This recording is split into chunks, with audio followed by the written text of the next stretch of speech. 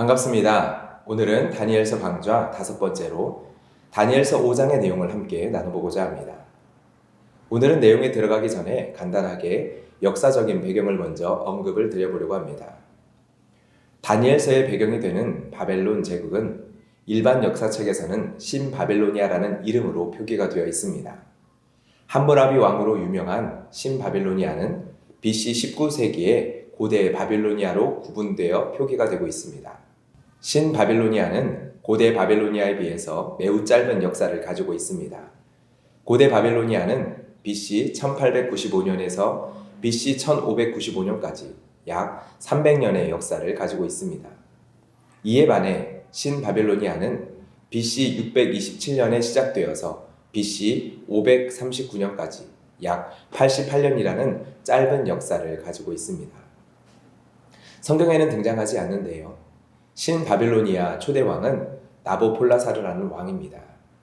이 왕이 느부갓네살의 아버지입니다. 아버지에 이어서 느부갓네살은 605년부터 562년까지 바벨론의 왕이 되어 약 43년을 통치를 합니다. 신바빌로니아의 전성기를 이끈 왕이라고 불려집니다. 그가 이룬 제국의 힘을 잘 보여주는 것이 그의 건축물입니다. 느부갓네살은 대규모 건축 사업을 일으킨 것으로도 유명한데요. 가장 유명한 건축물은 세계 7대 불가사리로 꼽히는 바벨론의 공중정원입니다. 지금은 그 위치를 찾을 수 없지만 역사적인 사료를 통해서 보면 당시에 어떻게 그런 건축물을 지을 수 있을까 싶을 정도로 7층으로 된 거대한 정원이었습니다. 대중적으로 알려진 현존하는 건축물은 이슈타르의 문이 있습니다. 지금 보아도 너무나 아름다운 문인데요. 바벨론의 내성의 8번째 문이라고 합니다. 내성의 문 중에 하나가 이 정도의 위엄과 아름다움과 견고함을 가졌다면 바벨론 성은 어떠했을까 우리는 가히 짐작해 볼 수 있습니다.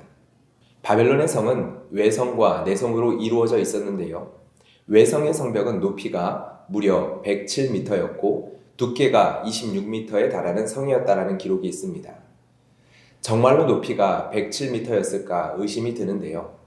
페르시아 군대가 2년 6개월 동안 성을 공격하려 했지만 성공하지 못할 정도로 난공불락의 성이었다라고 이야기합니다. 성은 식량을 자체 조달할 수 있을 정도로 면적이 넓었고 성 한가운데를 관통해서 유브라데스 강이 흘러서 물의 모자름이 없었다라고 이야기합니다.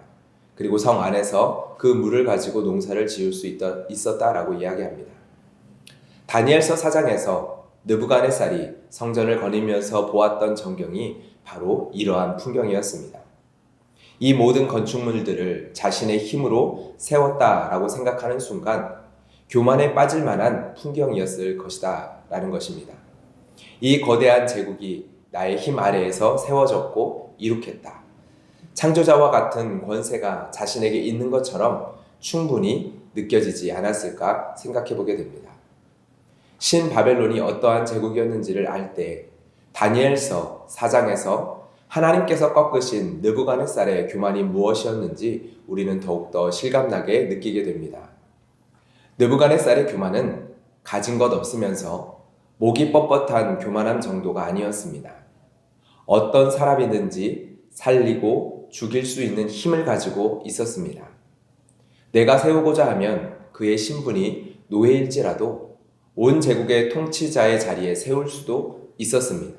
그리고 자신이 원하면 아무리 높은 위치에 있는 자라도 단숨에 끌어내리고 그의 생명을 거둘 수 있는 힘이 있었습니다. 왕이 뜻을 세우면 어떻게 됩니까? 이루어집니다. 마음을 먹으면 만들어지고 행해집니다. 이루어집니다. 인간의 기술로는 불가능해 보이는 건축물들이 세워지고 사람이 힘으로 세울 수 없을 것 같은 것들이 세워집니다. 여러분, 신과 같은 존재 아닙니까? 죽이기도 하시고 살리기도 하시고 낮추기도 하시고 높이기도 하시는 분, 성경이 표현하고 이야기하는 하나님입니다. 뜻을 정하시고 일을 행하시고 그것을 만들어 성취하시는 여호와, 이것이 바로 성경이 이야기하는 여호와 하나님에 대한 표현입니다.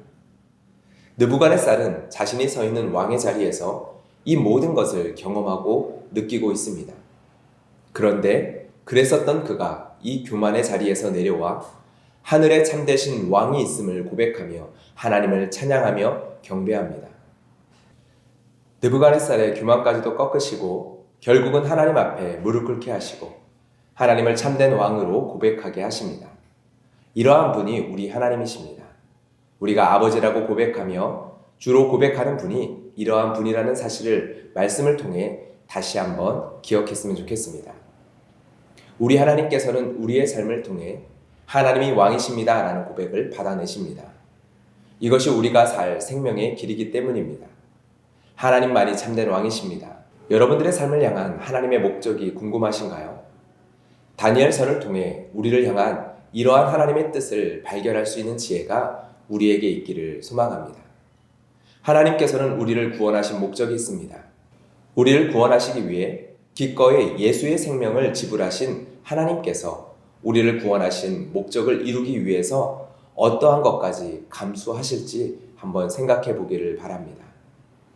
우리를 하나님의 자녀로 삼아주신 하나님의 열심은 그것으로 끝난 것이 아닙니다.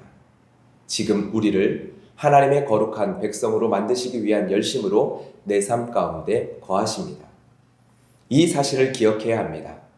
우리의 교만을 꺾고 우리가 하늘의 왕을 참되게 우리의 삶 속에 고백하는 참된 백성으로 우리를 빚어가시고 계시는 그 하나님의 열심이 바로 우리의 삶 가운데 함께 거하고 있습니다. 느부갓네살은 자신의 아들 에월브로닥에게 왕위를 넘기고 죽게 됩니다. 사람을 살리기도 죽이기도 할 수 있는 힘이 자신에게 있었지만 자신은 참된 왕이 아니었기 때문입니다. 자신의 생명을 살리기도 죽이기도 할 수 있는 하늘의 왕이 계셨습니다.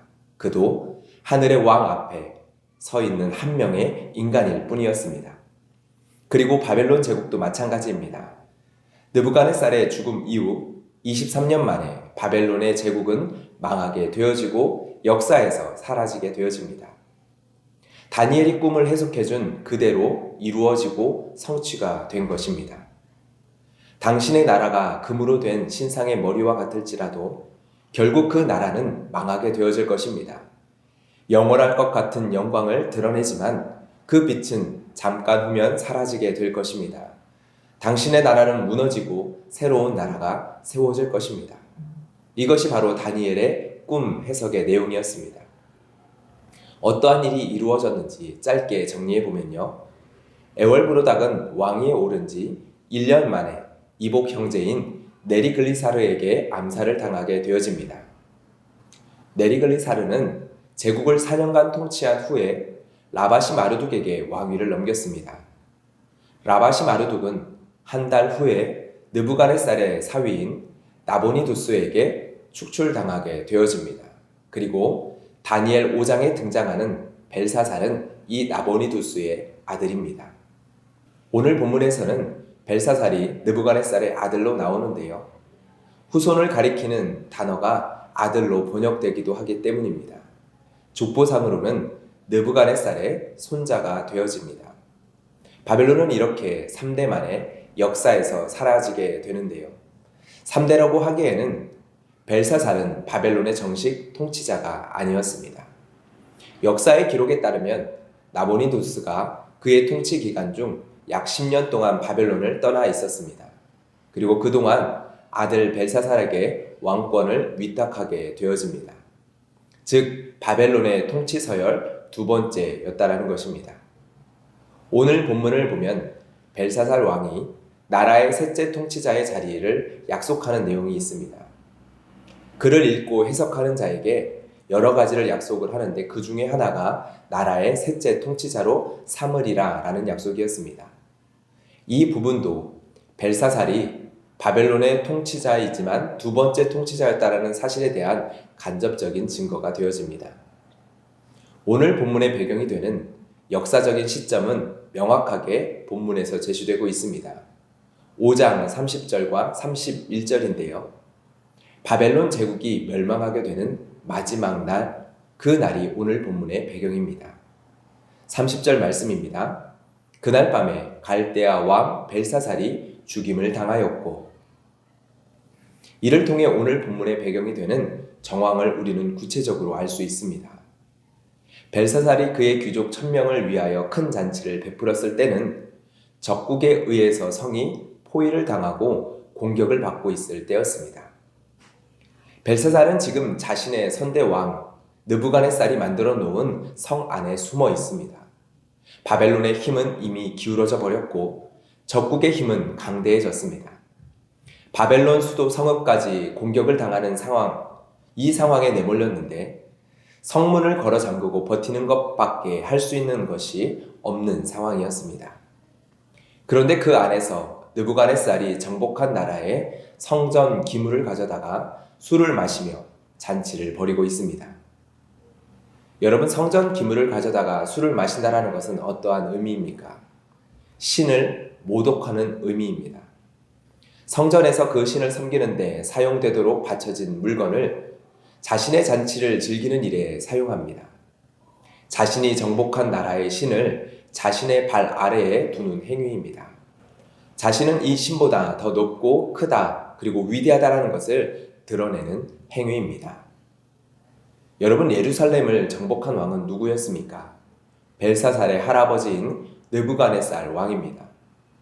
느부갓네살 왕은 예루살렘을 정복하고 성전을 무너뜨리고 왜 성전의 그릇을 먼 바벨론까지 가지고 왔을까요? 예루살렘 성전에는 신상이 없었기 때문입니다. 당시 모든 나라마다 그 나라가 섬기는 신당이 있었습니다. 그리고 그 신전에는 신을 나타내는 신상이 있었습니다. 바벨론은 정복을 하고 그 땅의 신을 바벨론의 포로로 잡아옵니다. 그리고 그 신들을 모셔놓은 장소에 가두어 놓습니다. 그런데 예루살렘 성전에는 어떠한 신상도 존재하지 않았습니다. 그렇기에 성전의 그릇을 신상을 대신하여 가지고 와서 신들을 모셔놓은 장소에 두었던 것입니다. 벨사살이 꺼내오라 한 그릇이 바로 이러한 그릇입니다. 이러한 배경을 이해하고 보면 지금의 장면은 매우 코미디와 같은 장면이 아닐 수 없습니다. 벨사살은 어떠한 왕입니까? 자신이 이룩한 것은 아무것도 없는 왕입니다. 자신의 능력으로 얻은 것은 아무것도 없습니다. 사실 바벨론의 첫 번째 통치자도 아닙니다. 대리로 통치하고 있던 바벨론이 무너져 가고 있습니다. 그런데 거대한 성벽 안에서 숨어 성벽이 자신의 안전을 영원히 보장해 줄 것처럼 잔치를 벌이고 있습니다. 심지어는 신을 모독하는 행위를 하며 정복자 행세를 하고 있습니다. 느부갓네살 왕조차 존중을 표현했던 성전 기물을 가져다가 술을 먹는 도구로 사용해 버립니다. 거대한 돌과 진흙으로 사람이 만들어 놓은 성벽만을 의지하고 있는 상황에서 사람이 세운 성벽이 영원할 것처럼 그 안에서 나는 안전하다 말하고 있습니다.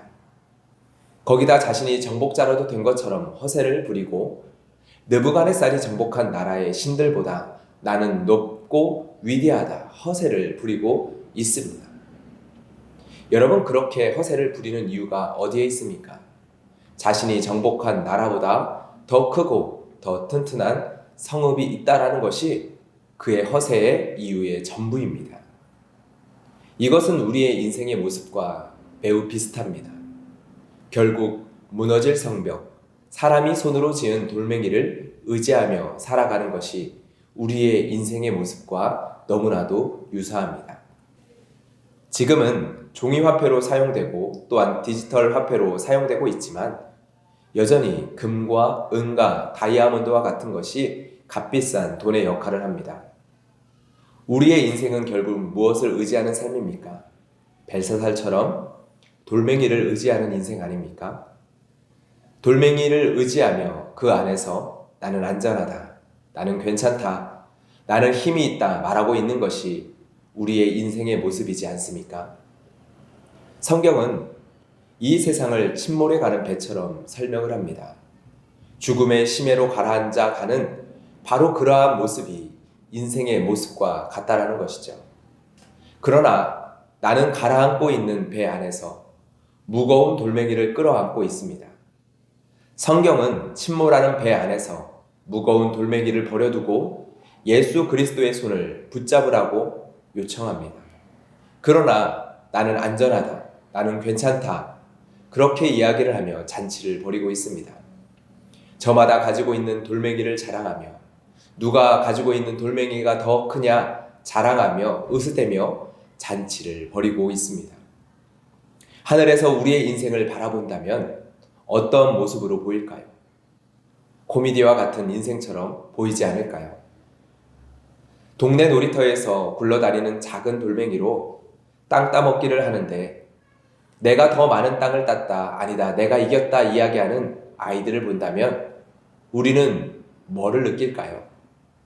조금 후면 손에 든 돌멩이를 집어던지고 더러워진 손을 씻고 뒤도 돌아보지 않고 집으로 밥 먹으러 달려갈 텐데 지금 바닥에 그려진 그 그림에 자신의 전부가 걸린 것 마냥 내가 이겼다, 너가 이겼다 다투는 우리의 모습 우스워 보이지 않겠습니까? 이러한 코미디와 같은 인생이 얼마나 쉽게 그 실체가 폭로가 되는지 오늘 말씀 5절과 6절의 말씀을 읽어보겠습니다. 그때의 사람의 손가락들이 나타나서 왕궁 촛대 맞은편 석회벽에 글자를 쓰는데 왕이 그 글자 쓰는 손가락을 본지라. 이에 왕의 즐기던 얼굴빛이 변하고 그 생각이 번민하여 넓적다리 마디가 녹는 듯하고 그의 무릎이 서로 부딪힌지라. 정체가 폭로됩니다. 두 다리를 떨며 주저앉아 버리는 쉽게 두려움에 빠져버리는 유약한 인간임이 폭로되어집니다. 그가 벌인 잔치는 내면의 두려움과 불안과 절망을 애써 감추기 위해 포장한 포장지에 불과했습니다. 포장지가 벗겨지자 작은 소리에도 두려워 떠는 겁 많은 소인이 드러납니다. 다니엘서는 계속 번민하는 인생의 이야기를 기록을 합니다. 다니엘서 5장에서도 번민하는 왕의 이야기가 등장을 하고요. 4장에서도 느부갓네살은 머릿속으로 받은 환상으로 번민합니다. 2장에서도 왕은 자신이 꾼 꿈으로 인하여 번민합니다. 번민하는 왕들이 찾는 방법은 동일합니다. 술객과 갈대아 술사와 점쟁이를 불러오게 합니다. 당대의 가장 지혜롭다 할 수 있는 사람들을 모두 불러들이는 것입니다. 세상의 모든 것을 자신의 발 아래에 둔 것처럼 여기는 왕이 꾼 꿈 때문에 번민하고 알 수 없는 환상으로 번민하고 눈앞에 쓰여진 글자 때문에 번민합니다. 거기에 바벨론의 지혜자들이 얼마나 무력한지가 드러납니다. 2장에서 지혜자들이 한 말이라고는 왕이 꾼 꿈이 무슨 내용인지를 자신들에게 말해 주어야 해석해 줄 수 있다는 것이 전부였습니다. 4장에서는 왕이 자신이 본 환상의 내용을 설명해 주었지만 어떠한 해석도 제시하지 못합니다. 5장에서는 그 글자를 읽지 못하며 어떠한 해석도 내놓지 못하고 있습니다. 코미디와 같은 장면 중 하나는 벨사살이 해석을 알게 되는 자들에게 약속한 것들입니다. 자주세곳, 금사슬, 나라의 셋째 통치자. 이 모든 것들의 가치는 바벨론이라는 제국이 있을 때에 유지되는 것입니다. 29절에서 그를 해석해준 다니엘에게 사람들을 명하여 이 모든 것을 내립니다. 그날 즉시로 나라의 셋째 통치자로 삼는 조서를 쓰고 왕의 직인을 찍었을 것입니다. 그런데 그날 밤에 어떠한 일이 벌어집니까? 벨사살은 죽임을 당하게 되어집니다. 그날 밤 바벨론 성은 너무나 쉽게 적국의 손에 넘어가 버리고 말아집니다. 역사적 기록에 대해서는 다양한 입장이 있는데요. 그리스의 역사가 헤로도토스에 의하면 축제를 벌이고 있을 때 바벨론 성벽을 가로지르는 유브라데스 강의 흐름을 바꾸어 수심을 낮춰 강을 도보로 건너 바벨론에 입성했다라고 이야기하고 있습니다. 벨사살이 의지했던 것이 얼마나 헛된 것인지를 우리에게 보여줍니다. 또한 벨사살이 약속한 것이 얼마나 먼지와 같은지를 극적으로 보여주는 장면이기도 합니다. 벨사살이 서 있는 인생이 작은 입김에서 쉬이 날아가 버릴 먼지와 같다라는 것을 보여주는 것이죠. 벨사살이 약속한 것들이 얼마나 헛된 것들인지 다니엘은 잘 알고 있었습니다. 세 가지를 약속하는 왕 앞에서 다니엘은 이렇게 이야기를 하죠. 다니엘이 왕에게 대답하여 이르되 왕의 예물은 왕이 친히 가지시며 왕의 상급은 다른 사람에게 주옵소서. 벨사살은 자신이 줄 수 있는 가장 영광스러운 것, 가장 값진 것, 세상의 모든 이들이 사모할 거라고 생각하는 것들을 제시합니다. 나의 신분을 드러낼 수 있는 가장 고귀한 옷, 세상에서 가장 값비싼 금목걸이, 세상에서 가장 높고 크다 생각하는 바벨론의 세 번째 통치자의 자리. 그러나 벨사살은 틀렸고 다니엘이 옳았습니다. 그날 밤에 갈대아 왕 벨사살이 죽임을 당하였더라. 벨사살이 가지고 있던 것들은 한 줌의 먼지와 같은 것이었습니다. 세상이 제시할 수 있고 약속할 수 있는 것들은 이렇게 한 호흡에 날아가 버릴 먼지와 같은 것이었습니다. 다니엘은 그것을 잘 알고 있었던 것이죠. 여러분들은 어떠하십니까? 여러분들은 어떠한 약속을 의지하여 삶을 경영하고 계십니까? 우리는 수많은 약속들에 둘러싸여 있습니다. 많은 약속의 경우 조건부 약속입니다. 당신이 우리 회사에 이윤을 남겨준다면 우리 회사는 당신의 경제적인 여유를 책임져 주겠습니다. 당신이 아이들의 성적을 이만큼 끌어올려준다면 당신의 삶에 이러한 것을 보장해 드리겠습니다. 여기에 와 보십시오. 여기에 오시면 여러분에게 잊지 못할 추억을 선물해 드리겠습니다. 이것을 먹어보십시오. 여러분에게 새로운 행복감을 약속합니다. 이것을 가져보십시오. 여러분의 삶의 질이 달라질 것입니다. 이것을 입어보십시오. 당신이 입는 것의 이름이 여러분의 가치를 더욱 고급지고 가치 있게 만들어 줄 것입니다. 이것을 타 보십시오. 여러분들을 향한 사람들의 인정이 달라질 것입니다. 아이를 이렇게 키워 보십시오. 이 방법대로 하면 여러분의 아이도 이렇게 될 수 있습니다. 이런 류의 이야기는 끊임없이 이야기할 수 있을 것입니다. 우리를 둘러싸고 있는 약속들 중에 빼놓을 수 없는 약속이 하나 있죠. 내가 죽을 때까지 너를 사랑해 줄게. 검은 머리가 팥뿌리가 되도록 너와 함께 할게. 우리는 이러한 약속으로 결혼이 시작이 되어집니다. 그런데 우리는 결혼 생활을 하면서 나의 약속이 어떠한 것도 지켜내지 못한다는 것을 경험을 하게 되어집니다. 우리의 인생이 검은 머리에서 흰 머리가 되도록 살 수 있을지조차 우리는 담보할 수 없는 인생입니다. 우리의 감정과 느낌이 내일도 오늘 같을 것이라는 것을 담보할 수 없는 사람입니다. 나의 감정, 나의 마음이지만 우리는 나의 감정을 나 스스로 담보할 수 없는 사람이라는 것이죠. 그런데 우리의 감정과 우리의 마음을 담보로 우리가 하는 약속의 말들 얼마나 힘이 있을까요? 다니엘서는 바벨론이라는 제국이 세워져 있는 그 기초가 얼마나 부실하고 얼마나 유한한지 그리고 얼마나 연약한지를 계속적으로 우리에게 보여주고 있습니다. 여러분들은 이 말씀을 통해 어떠한 메시지를 우리가 들어야 할까요? 나의 삶은 어떠한 약속을 의지하며 살아가고 있습니까? 하나님의 말씀을 의지합니다 라는 믿음의 고백 뒤에 우리가 의지하는 바를 우리 한번 세밀하게 살펴보면 좋겠습니다. 우리의 삶 속에서 우리에게 속삭이는 수많은 세상의 약속들 속에서 우리는 어떤 것을 의지하며 살아가고 있습니까? 하나님보다 어떠한 약속을 더 신뢰하고 의지하고 있는 것, 그러한 것들이 여러분 있지 않으십니까? 벨사살과 대조되는 한 인물이 등장을 합니다. 10절의 말씀의 왕비입니다. 여기서 등장하는 왕비에 대해서는 대부분 느부갓네살의 아내일 것이라고 추측을 합니다. 즉 벨사살의 할머니가 되는 것입니다. 왕비는 왕이 벌이는 잔치에 참여하지 않고 있었습니다. 그런데 잔치 중에 일어난 소란을 듣고 찾아오게 되어집니다. 그리고 왕에게 한 사람을 소개합니다. 11절의 말씀입니다. 왕의 나라에 거룩한 신들의 영이 있는 사람이 있으니 곧 왕의 부친 때에 있던 자로서 명철과 총명과 지혜가 신들의 지혜와 같은 자니이다. 왕이 부친 느부갓네살 왕이 그를 세워 박수와 술객과 갈대아 술서와 점쟁이의 어른을 삼으셨으니 왕비는 기억하고 있습니다. 다니엘이라는 사람을 기억하고 있습니다. 느부갓네살 왕과 다니엘 사이에 있었던 일을 기억하고 있는 사람으로서 등장을 합니다.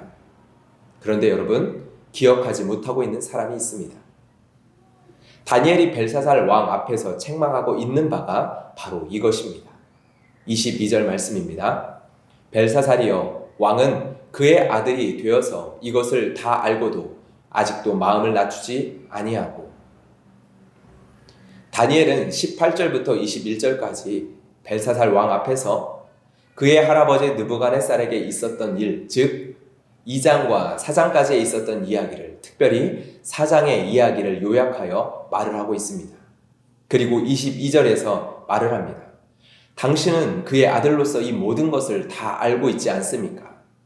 그런데 도리어 자신을 하늘의 주제보다 높이고 도리어 왕의 호흡을 주장하시고 왕의 모든 길을 작정하시는 하나님께 영광을 돌리지 않는 것은 무슨 까닭입니까?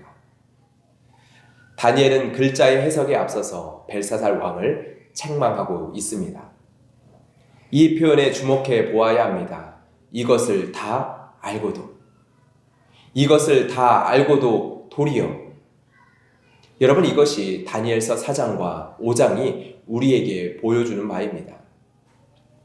교만한 왕 느부갓네살이 짐승의 자리에서 하나님을 바라보고 하나님을 찬양하는 긍휼하심을 얻게 되어집니다. 하나님께서 품지 못할 죄인은 없으십니다. 우리는 이 사실을 확인했습니다.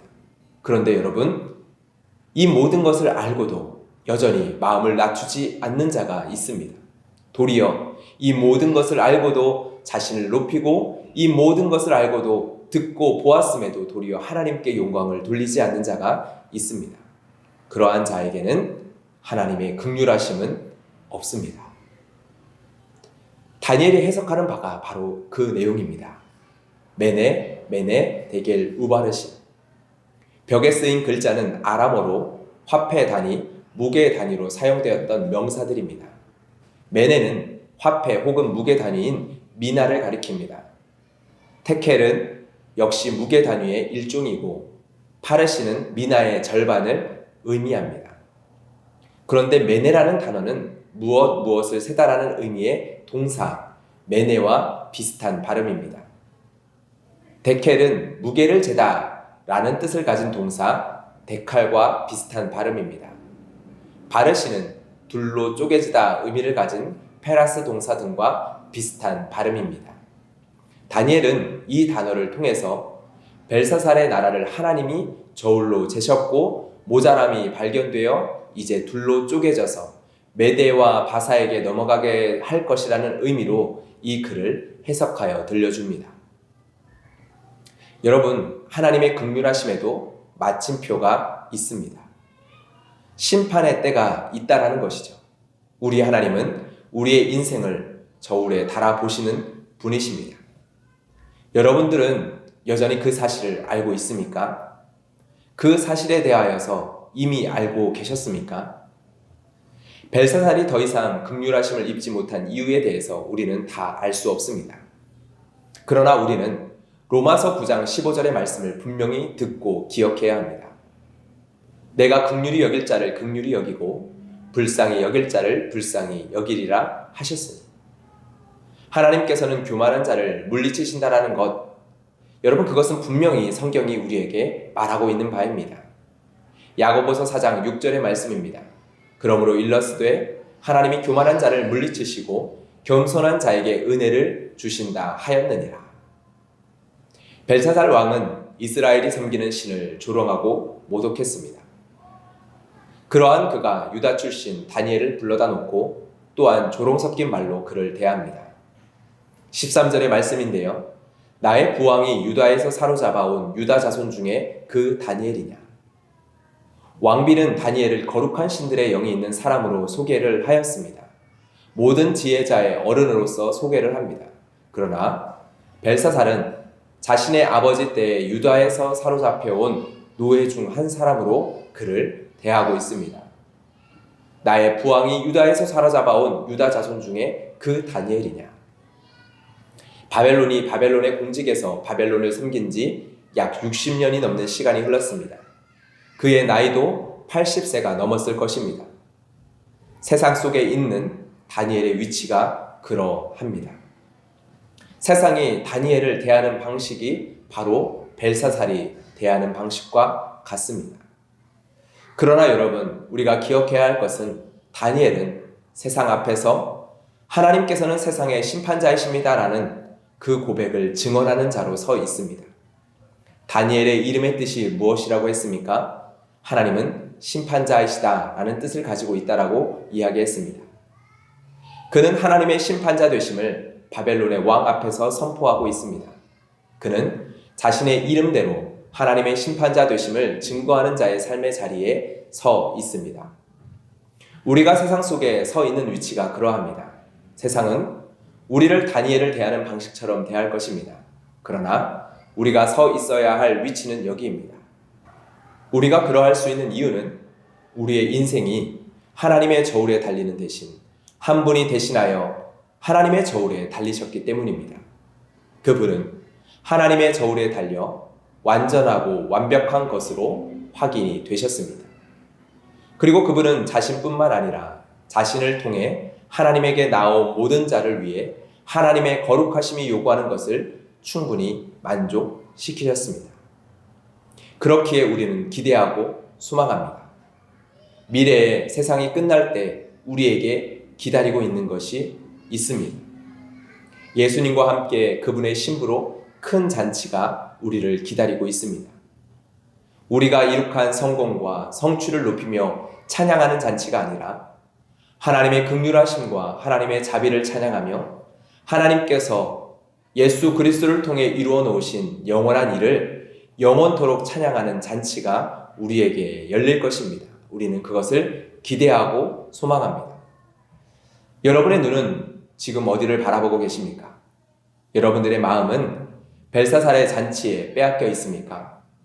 세상이 우리에게 약속하는 것들을 의지하고 있습니까? 아니면 예수 그리스도께서 초대하고 계시는 참된 잔치, 영원한 잔치를 바라보고 계십니까? 이 잔치는 우리가 이 땅에서 겪는 어떠한 고난이든 충분히 보상할 수 있는 잔치입니다.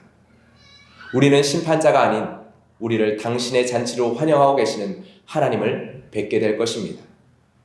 우리는 심판자가 아닌 신랑 되시는 하나님 앞에 신부된 우리의 신분으로 주님 앞에 서게 될 것입니다. 오늘도 우리는 이 영원한 잔치를 소망하고 바라보며 이 세상이 초대하고 있는 세상의 잠치 그리고 세상의 유혹과 세상의 약속들 앞에서 하나님은 심판자이십니다 라는 증언자로서 우리의 삶 속에 서 있을 수 있기를 주님의 이름으로 축복합니다. 우리 하나님은 우리의 인생의 저울을 달아보시는 분이십니다. 오늘도 그 인생의 저울에 달리신 예수 그리스도를 기억하며 우리 하나님 앞에 긍휼하신 그 하나님 앞에 하나님의 거룩한 신부로서 살아가기를 결단하고 결심하며 세상 가운데서는 여러분들이 되시기를 주님의 이름으로 축복합니다. 수고하셨습니다. 다음 주에는 다니엘서 6장의 말씀으로 함께 만나도록 하겠습니다.